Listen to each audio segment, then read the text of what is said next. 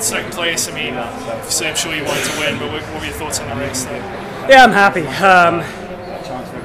You know, I spent the first kind of 1,300 meters just convincing myself that I was okay, convincing myself that I wasn't too tired to do this, and I am tired. I'm exhausted from Worlds, and it's hard to be away from the family and deal with that, but that's just part of the job. So back to Boston tomorrow, and then we'll do Long Island and Fifth Ave, and it was a great fun, good meet. So looking forward to that. So was that just the difference? Because I remember, watching the British trials, it was sort of a similar slow race, and that one you were able to sort of pull away in the long stretch. But this one, just more tired. I think. You know, British trials, I was 100% on, and you know, if we're both 100% on, then it's a good race, and it's really kind of on the day who's going to win it.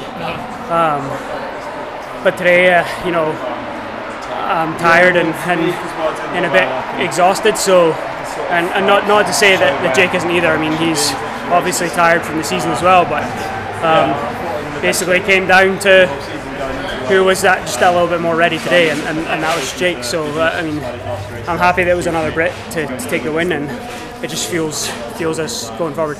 How long did it take you to get over, I guess, the disappointment of the final London, or are you over it at this point? To an extent. I mean, I think I'm, you know, mature enough to not let it eat at me, but it's hard to sleep at night because that's all I can think about. So. You know, that doesn't help the exhaustion side of it, but I have to use it going forward and know that, you know, in a race like that, you've got to 100% play to your strengths, and I'm not sure I did that in London.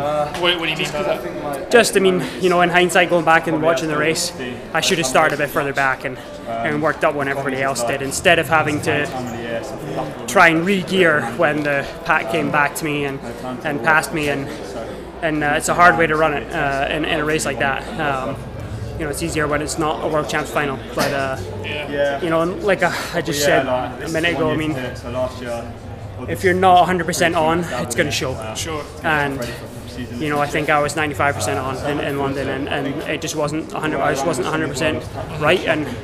And if you're not, then well, it just shows. I mean, you can you know, you can be somebody that's in contention for a medal going in and finish 12th, and that's what happens. And you know, I've got to give all props to everybody who did medal and run well and are happy with their races in the final, because it's a hard gig.